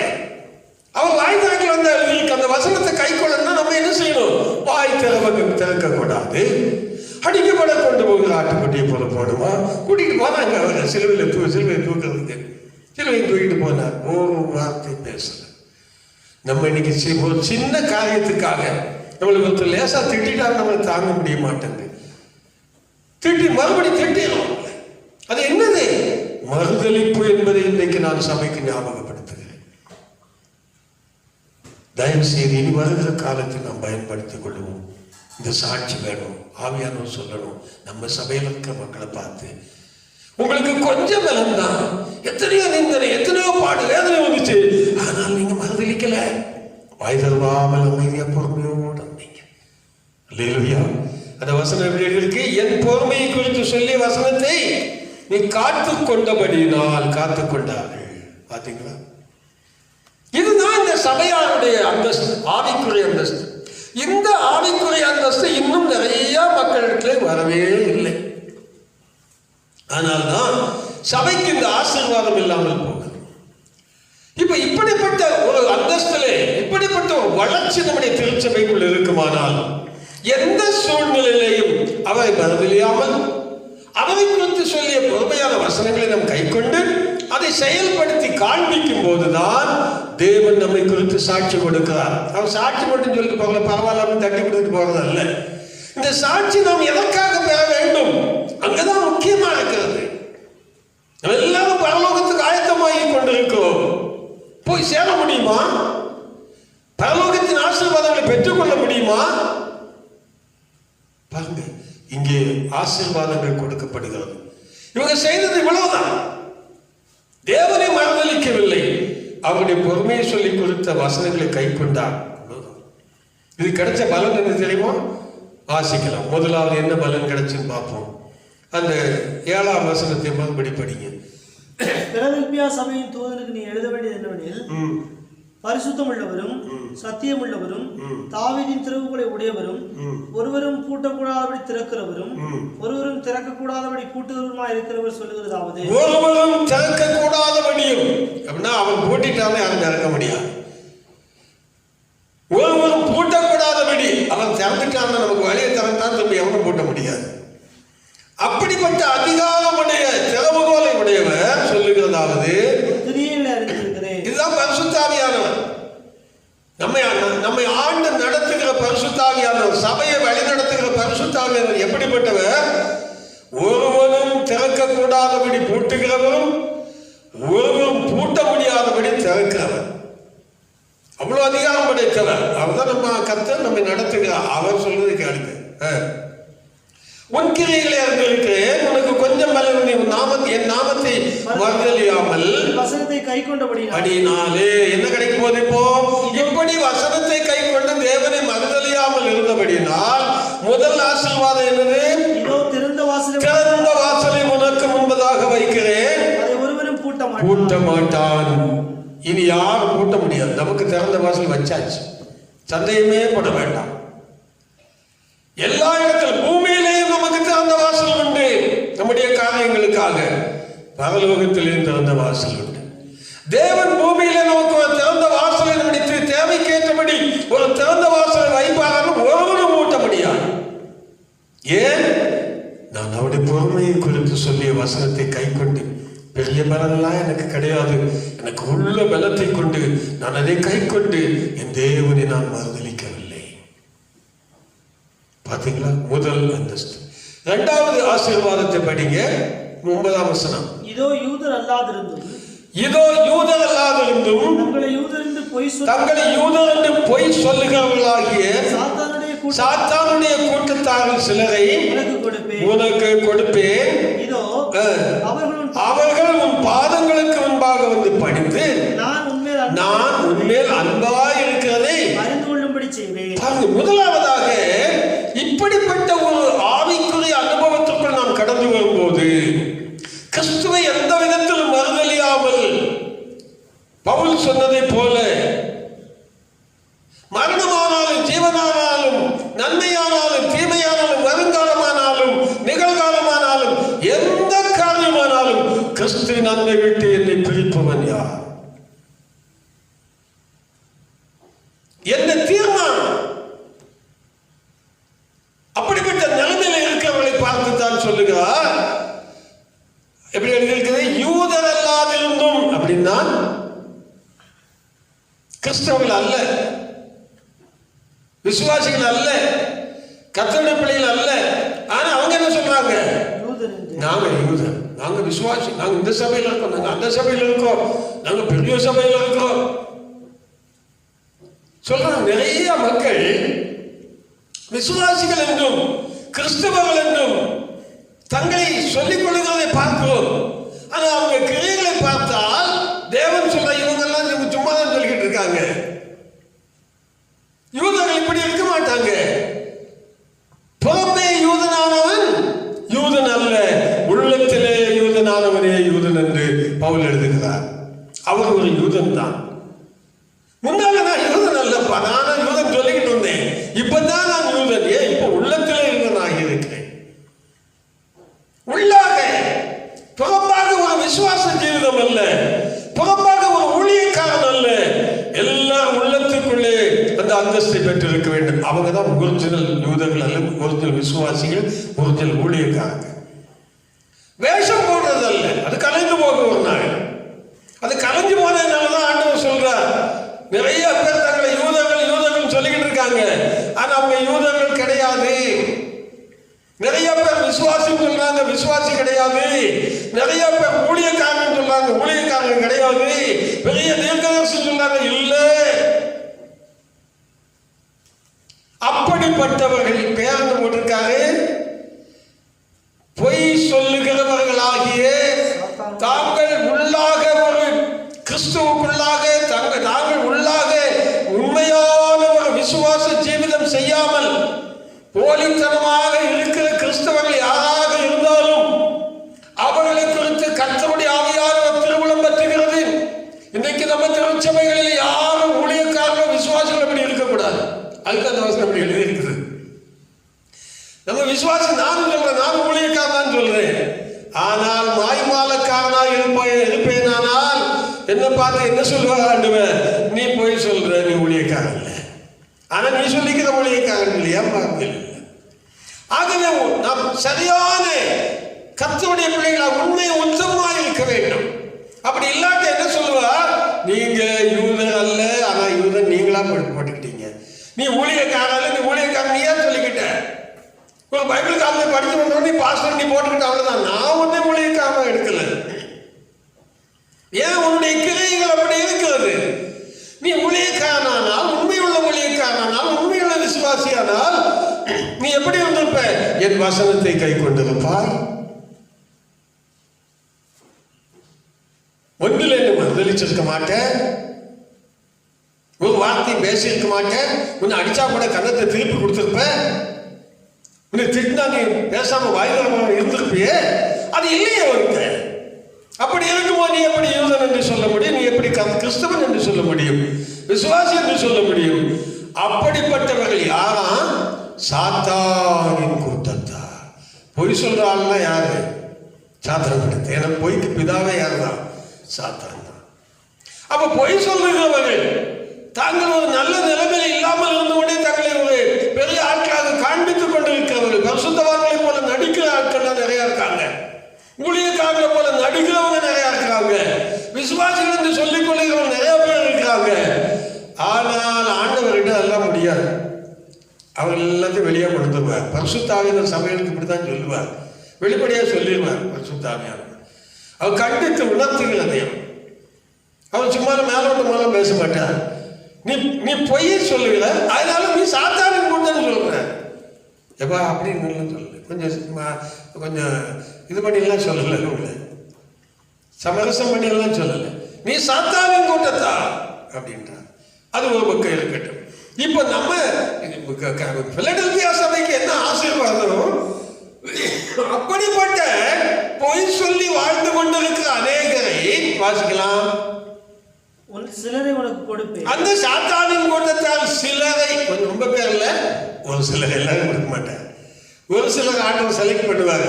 இவங்க இந்த சபையில் போயிருந்தா உருப்படியா இருப்பாங்க, அதனால அங்க கொண்டே விட்டுருவோம் அப்படின்னு சொல்லி என்ன செய்வாங்க? கொண்டு வந்து கொடுப்பாராம். கொடுத்துட்டு என்ன செய்வாங்க?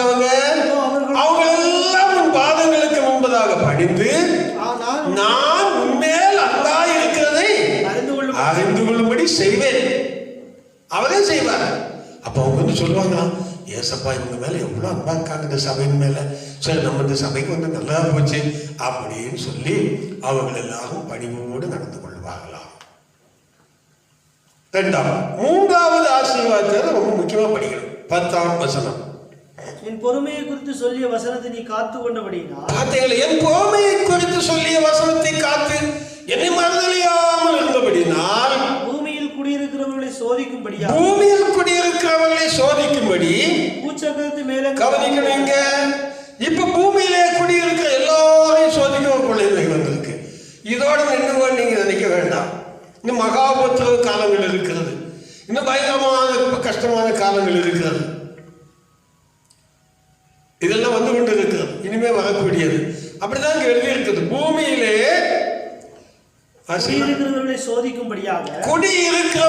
சோதிக்கும்படியாக பூச்சக்கரத்தின் மேலெங்கும், இந்த பூமி மேல பூச்சக்கரத்தின் மேல எங்கும் உலகம் எங்கும் வரப்போகிற இனி வரப்போகிற சோதனை காலத்திற்கு தப்பும்படி நான் உன்னை காப்பேன். அல்லேலூயா. நல்லா கவனிங்க. ஏன் கொஞ்சம் பலன் இருந்தாலும் கர்த்தருக்கு இந்த பூமியில ஜீவிக்கணும். ஒண்ணுமே இல்லாட்டாலும் நான் கிறிஸ்துவுக்காக நான் வாழுவேன். கிறிஸ்துவின் அன்பை விட்டு என்னை பிரிக்க முடியாது. எந்த சூழ்நிலையை மறுதளிக்க மாட்டேன். என் கிரியையினால மறுதளிக்க மாட்டேன். என் பேச்சினால மறுதளிக்க மாட்டேன். என்னுடைய நடவடிக்கையினால மறுதளிக்க மாட்டேன். உண்மையாக இருப்பேன். அவர்கள் குறித்து சொன்ன வசனம், அவர் எப்படி நடந்தாரோ அந்த வசனத்தை நான் கை கொள்ளுவேன் என்று சொல்லுகிற மக்களுக்கு தான் இந்த ஆசீர்வாதம். நல்லா கவனிங்க. இந்த சின்ன கொள்ளை நோய்க்கே மனுஷனால் தாக்கு பிடிக்க முடியல. இனி வரப்போகிற மகாபெரிய உபத்திரவங்கள் இருக்கிறது. இப்போ பூமி எங்கு வரப்போகிறது. என்ன செய்யும்? யாராலும் தப்பிக்க முடியாது. ஆனா யார்தான் தப்பிக்கலாம்? இந்த பிலடெல்பியா சபையை போல வாழ்ந்த மக்கள் தப்பித்துக் கொள்ளுங்க. அவர் வாக்கு பண்ணி இருக்கிறார். பூமி எங்கும் வரப்போகிற இந்த பயங்கரமான உபத்திரவத்திலிருந்து என்ன செய்வாங்க? நம்மளை தப்பிக்கும்படி நம்மை அவர் காத்துக் கொள்வார். எப்படி காப்பாரு? 2 வகையிலே காப்பார். இந்த பூமியில இருக்கும் போதும் காப்பார். ஒருவேளை நாம் அந்த பயங்கரமான உபத்திரவத்திலே அகப்படக்கூடாது என்றால் அவர் நம்மை முன்னதாக சேர்த்து கொள்ளுவார். அல்லேலூயா. ஏசாயா 57 அதிகாரம் முதல் வசனம் அப்படித்தான் சொல்லுகிறது. வாசிக்கலாம். நீதிமான் மடிந்து போகிறான், ஒருவரும் அதை மனதில் வைக்கிறதில்லை. சரி, புத்திமான்கள் எடுத்துக் கொள்ளப்படுகிறார்கள். பாருங்க, புத்திமான்கள் நீதிமான்கள் எடுத்துக் கொள்ளப்படுகிறார்கள். ஆனாலும் தீங்கு வராததற்கு முன் பாருங்க, இதை யாரும் சிந்திக்கிறது இல்லை. நல்ல மனுஷன் போயிட்டாரு, அப்படிப்பட்டவர் போயிட்டாரு, பரிசுத்தவான் போயிட்டாரு. ஏன் போயிட்டாரு? தீங்கு வராததற்கு முன்னே இங்கு சொல்லப்பட்டிருக்கிற உச்சக்காலத்தில் எங்கு வரப்போகிற மகா பயங்கரமான உபத்திரவத்துக்கு தப்பு வைக்கும்படியாக வாசிக்கலாம்.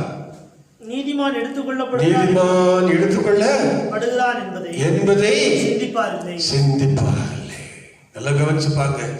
தேவன் நம்மை சகல பயங்கரமான உபத்திரவத்தில் காக்க போகிறார். ஒன்று, பூமியில் உள்ள அந்த உபத்திரவத்தை நாம் சந்திக்காதபடி எடுத்துக் கொள்கிறார் பரிசுத்தவான்களே. அல்லது ஒருவேளை அந்த நாட்களிலே பூமியில இருந்தாலும் தேவன் நம்மை தப்புவிப்பார். ஒரு வசனத்தை படிங்க. மத்தேயு எழுதின சுவிசேஷம் லூக்கா எழுதின சுவிசேஷம் 21 அதிகாரம் 36 வசனம். லூக்கா 21:36. ஆகையால் இனி சம்பவிக்கிற இவைகளுக்கெல்லாம் நீங்கள் இனி சம்பவிக்க போகிற, நல்லா கவனிச்சுங்க, இனி சம்பவிக்க போகிற, அதைத்தான் இங்கேயும் சொன்னா, இனி வரப்போகிற மகா பெரிய உபத்திரவத்தை கொண்டே தப்புவிப்பேன். எல்லாரும் வாழ்க்கை போல நம்ம தப்பிச்சுக்கலாம். இனி சம்பவிக்க போகிற இவைகளுக்கெல்லாம் நீங்கள் தப்பி மனுஷகுமாரனுக்கு முன்பதாக நிற்க பாத்திரவான்களாக எண்ணப்படுவதற்கு எப்பொழுதும் ஜெபம் பண்ணி விழித்திருங்கள் என்றார். நம்ம செய்ய வேண்டிய காரியம் ஒன்றே ஒன்றுதான். இயேசு கிறிஸ்துவின் வசனத்தை, திருச்சபைக்கு கொடுக்கப்பட்டிருக்கிற வசனம், அவர் எந்த வசனத்தை கொண்டு நடந்தாரோ, அவர் எப்படி நடந்தாரோ அதை வசனமாக நமக்கு கொடுக்கிறார். அவர் பொறுமையோடு நடந்தார்கள், பொறுமைக்குரிய வசனம். சத்தியத்தோடு நடந்தார்கள், சத்திய வசனம். அன்போடு நடந்தார்கள் சொன்ன அன்புக்குரிய வசனம். இந்த வசனங்களை நாம் கை கொண்டு எப்பொழுதும் ஜெபம் பண்ணிட்டு இருக்கிறதுதான் நம்ம வேலை. அப்பொழுது இனி சம்பவிக்க போவர்களுக்கெல்லாம் தப்பு வைக்கப்படும். செய்ய வேண்டியது அவ்வளவு. ஆகவே நாம் விழித்திருந்து ஜெபிக்கக்கூடியவர்களாக இருக்க வேண்டும். ஒன்று, இந்த பிலடெல்பியா சபைக்காரர்களை போல அவரை மறுதளிக்காமல் இருக்கணும். எல்லாத்திலையும், நடக்கையில, செய்கையில, பேச்சில, கிரியைகளில, எல்லாவற்றிலும் வசனத்தின்படி நடந்தால் நீங்க மறுதளிக்க மாட்டீங்க. வசனத்தின்படி நடக்கலைன்னா மறுதளிச்சோம். அதான் உங்களுக்கு சொன்னேன். ஒருத்தவங்களை அடிச்சுட்டா, அதை ஒருத்தர் நிந்திச்சுட்டான், மறுபடியும் நீங்க நிந்திச்சிட்டீங்கன்னா தேவனை மறுதளிப்பது. நீங்க பேசாம வாய் மூடி இருந்தீங்கன்னா தேவனை மறுதலியாமல் இருப்பது. அதான் பொறுமையை குறித்து சொல்லிய வசனம். அப்படி அன்புக்குரிய வசனம். எல்லாரையும் நேசிக்கணும், ஒன்று போல நேசிக்கணும். ஏன்? அவர் எல்லாத்தையும் நேசிக்கிறார். எல்லாருக்காகவும் ஜீவனை கொடுத்த அன்பு அவரிடத்தில் இருந்தது. அதை கொடுத்த வசனம் நமக்குள்ள வரணும். உண்மையாக இருந்தா, தேவனுடைய வீட்டில் எங்க உண்மையுள்ளவராக இருந்தா நமக்குள்ள உண்மையின் வசனம் வரணும். அவர் எப்படி நடந்தார்? இதை செய்து கொண்டு நாம் ஜெபம் பண்ணி கொண்டிருந்தால், நாம் அவரை தொழுது கொண்டிருந்தால், நாம் அவரை பின்பற்றி கொண்டிருந்தால், வரப்போகிற சோதனை காலத்திலே, பூச்சக்கரம் எங்கு வரப்போகிற சோதனை காலத்திலே அந்த சோதனைக்கு நம்மை தப்பு வைப்பார், விடுவிப்பார், காப்பார். இதான் சபையார் கவனிக்க வேண்டும். ரொம்ப முக்கியமான காரியம். இந்த பயங்கரமான காரியம் நடக்கிறது. இந்த உபத்திரவ காலத்தில் கூட தேவன் நம்மை தப்பு வைப்பார். இந்த கொள்ளை நோய் காலத்திலே கூட தேவன் நம்மை தப்பு வைக்க வல்லவர். ஆகவே சபையா ரொம்ப கவனமா இருக்கணும். வாசிங்க மத்தேயு எழுதின சுவிசேஷம் 26 அதிகாரம் 41 வசனம்.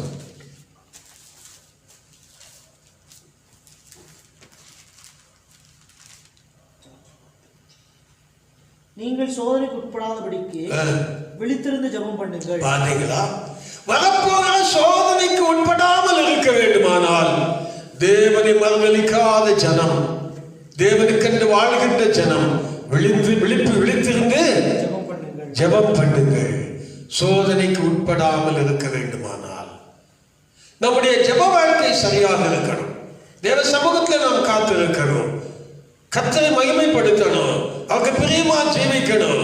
அப்பொழுது சோதனைக்கு நாம் உட்பட மாட்டோம், சோதனையில் நாம் தப்பித்துக் கொள்வோம். தேவன் நம்மை தப்பு வைக்கிறார். மத்தேயு 22ஆம் அதிகாரம் 43ஆம் வசனத்தை கூட படிக்கலாம்.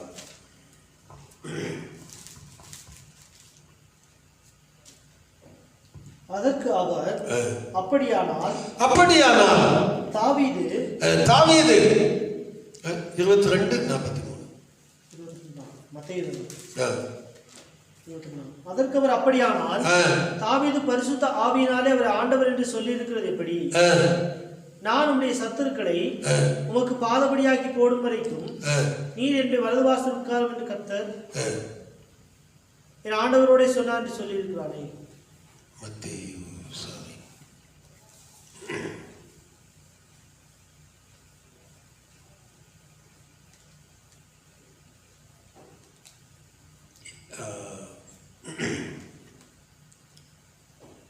எப்ரேல் 10ஆம் அதிகாரம் 10ஆம் வசனத்தை படிங்க. எப்ரேல் 10ஆம் அதிகாரம் 36ஆம் வசனம். நீங்கள் தேவனுடைய சித்தத்தின்படி கவனமா கவனிக்கணும். இந்த இடத்துல இந்த வசனம் ரொம்ப முக்கியமான வசனம். எபிரேயர் நிருபத்திலே இது ஒரு மிக முக்கியமான வசனம். 10:36 வாசிக்கலாம். நீங்கள் தேவனுடைய சித்தத்தின்படி செய்து வாக்குத்தத்தம் பண்ணப்பட்டதை பெரும்படிக்கு. பாத்தீங்களா? நல்லா கவனிக்கணும். சபைக்கென்று தேவன் என்ன வாக்குத்தத்தம் பண்ணி இருக்கார்? 3 காரணங்களை படிச்சோம். பிலடெல்பியா சபைக்கு என்ன வாக்குத்தத்தம் பண்ணி இருந்தார்? ஒருவனும் பூட்டாதபடிக்குள்ள திறந்த வாசலை வைக்கிறேன். யூதர்கள் என்று சொல்லி யூதர்கள் அல்லாமல் பொய் சொல்லுகிற சாத்தானிய கூட்டத்தார் என்று சிலரை உங்களுக்கு கொடுப்பேன். 3ஆவதாக வரப்போகிற சோதனையிலிருந்து உங்களை காப்பேன். இது வாக்குத்தத்தம். இந்த வாக்குத்தத்தத்தை பெற்றுக் கொள்வதற்கு வாசிங்க. நீங்கள் தேவனுடைய சித்தத்தின்படி செய்து என்ன செய்யணுமா? தேவனுடைய சித்தத்தின்படி நடக்கணும். என்னை நோக்கி கர்த்தாவே கர்த்தாவே என்று சொல்லுகிற மனுஷன் அல்ல, பிதாவின் சித்தத்தின்படி செய்கிறவனே பரலோகத்துக்கு வருவான். வாசிக்கலாம். வாக்குத்தத்தம் பண்ணப்பட்டதை பெரும்படிக்கு பொறுமை வேண்டும். 2 காரணம் இங்கே சொல்லப்பட்டிருக்கிறது. ஒன்று, இயேசு சொன்னது தேவ சித்தத்தின்படி செய்கிறவனே பரலோகத்துக்கு வருவான்னு சொன்னார். அதே தான் இங்கே சொல்லப்பட்டிருக்கிறது. வாக்குத்தத்தம் பண்ணப்பட்ட இந்த ஆசீர்வாதங்களை சபை பெற்றுக்கொள்ள வேண்டுமானால், பிலடெல்பியா சபைக்கு சொல்லப்பட்ட வாக்குத்தத்தங்களை பெற்றுக்கொள்ள வேண்டுமானால், முதலாவது நாம் தேவ சித்தத்தின்படி இந்த பூமியில ஜீவிக்கணும். அதுக்குத்தான் அவனுடைய வசனத்தை கை கொள்ளணும்.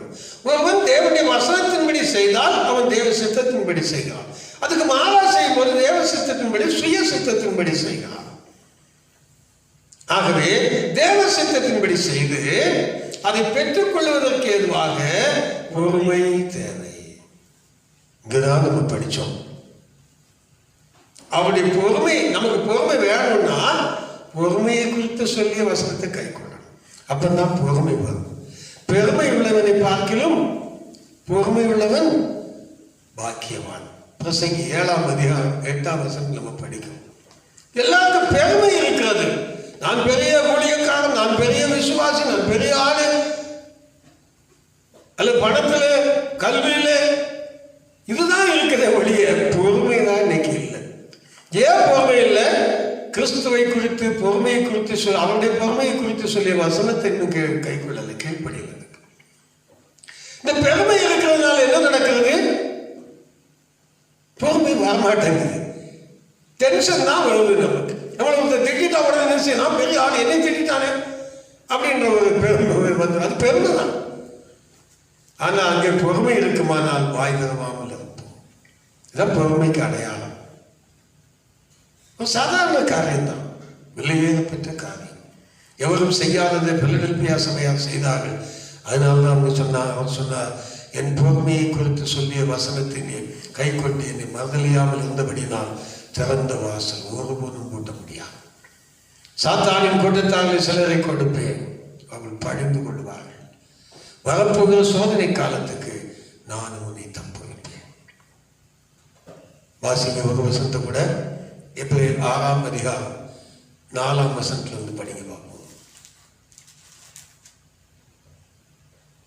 ஏனெனில் ஒரு தரம் பிரகாசிக்கப்பட்டும் சபையை குறித்து சொல்லப்பட்டிருக்கிறது.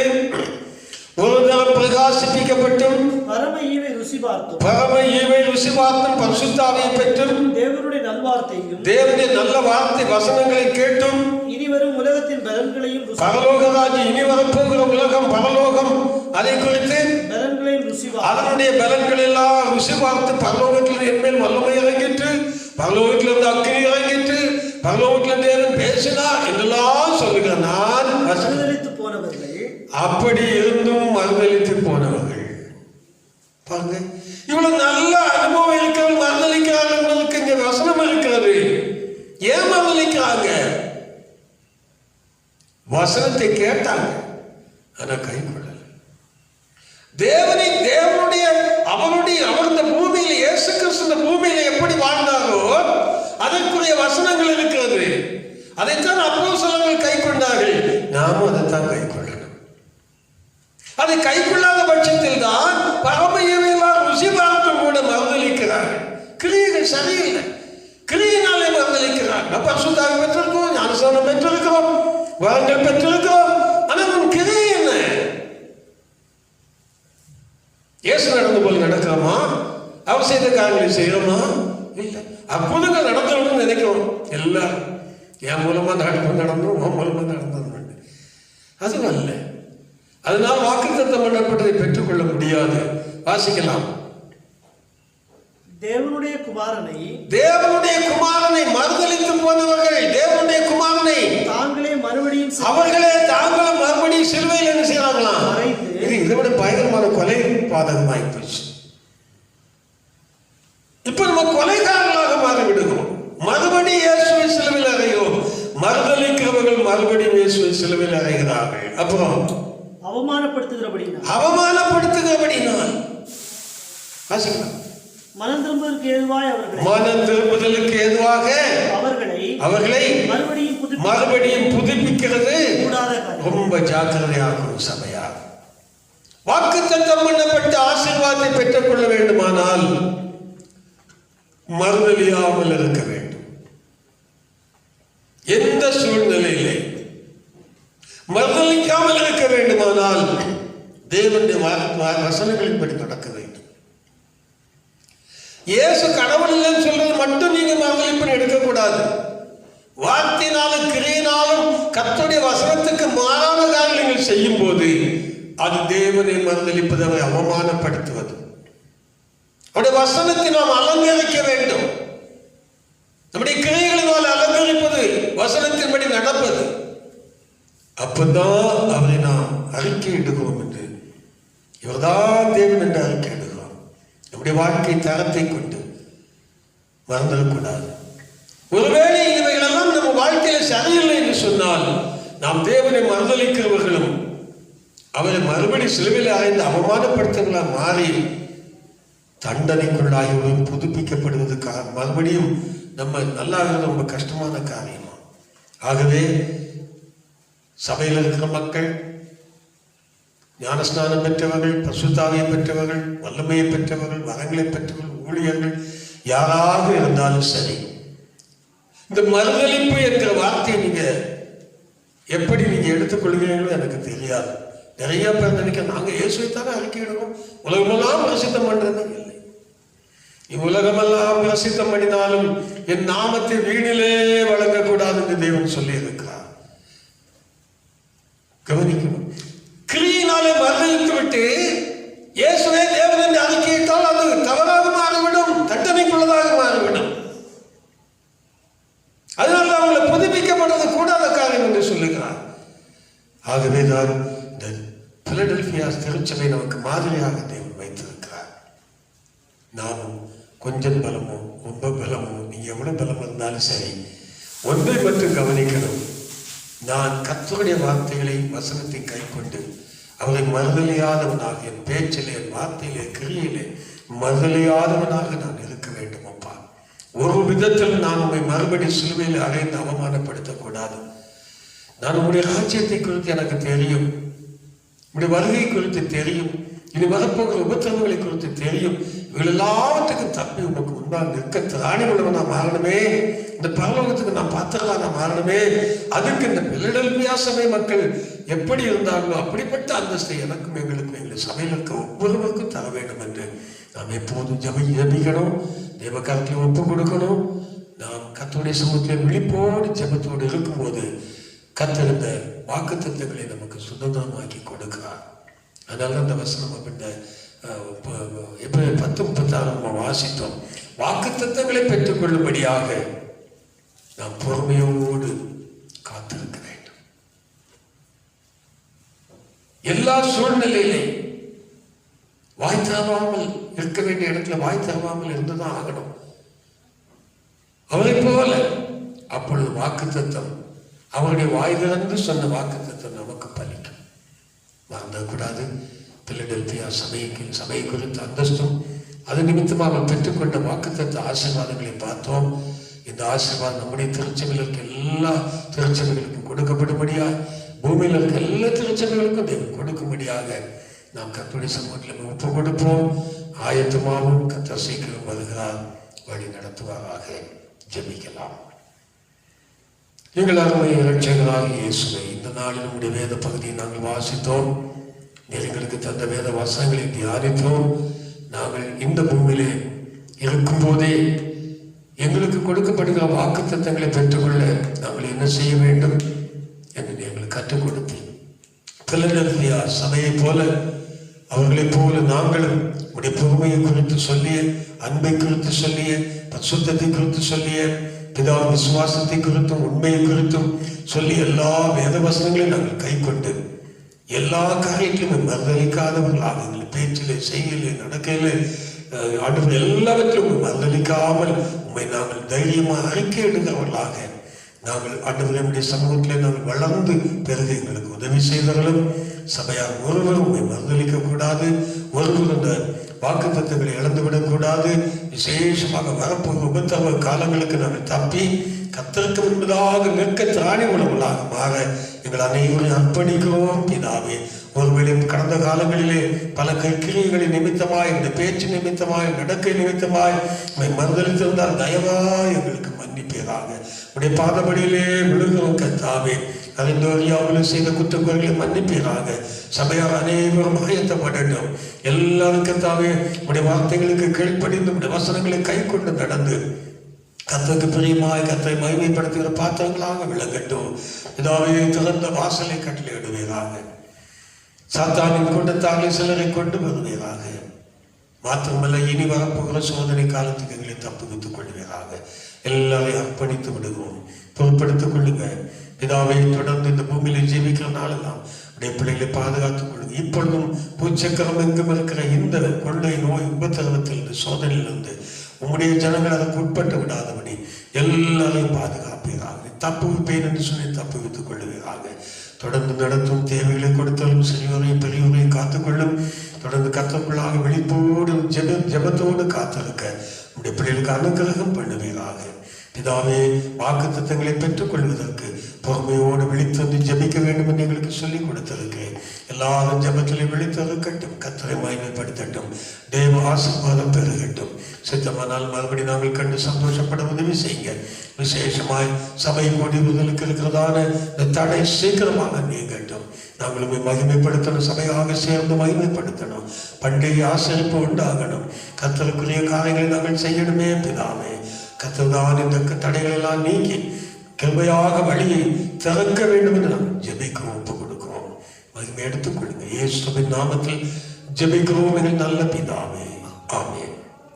நம்முடைய கர்த்தராய் இயேசு கிறிஸ்துவின் கிருபை, பிதாவாகிய தேவனுடைய அன்பும் பரிசுத்த ஆவியானவருடைய ஐக்கியமும் ஆசீர்வாதமும் சந்தோஷமும் சமாதானமும் நம் அனைவரோடு கூட சகல பரிசுத்தவான்களோடு கூட இன்னும் என்று சதா காலங்களில் மகிமை பெற்று நிலைத்திருப்பதாக. ஆமென். என் ஆத்துமாவே கர்த்தரை ஸ்தோத்திரி, என் முழு உள்ளமையுடைய பரிசுத்த நாமத்தை ஸ்தோத்திரி. என் ஆத்துமாவே கர்த்தரை ஸ்தோத்திரி, கர்த்தர் செய்த சகல மகாரங்களையும் மறவாதே. ஆமென். அல்லேலூயா, அல்லேலூயா, அல்லேலூயா.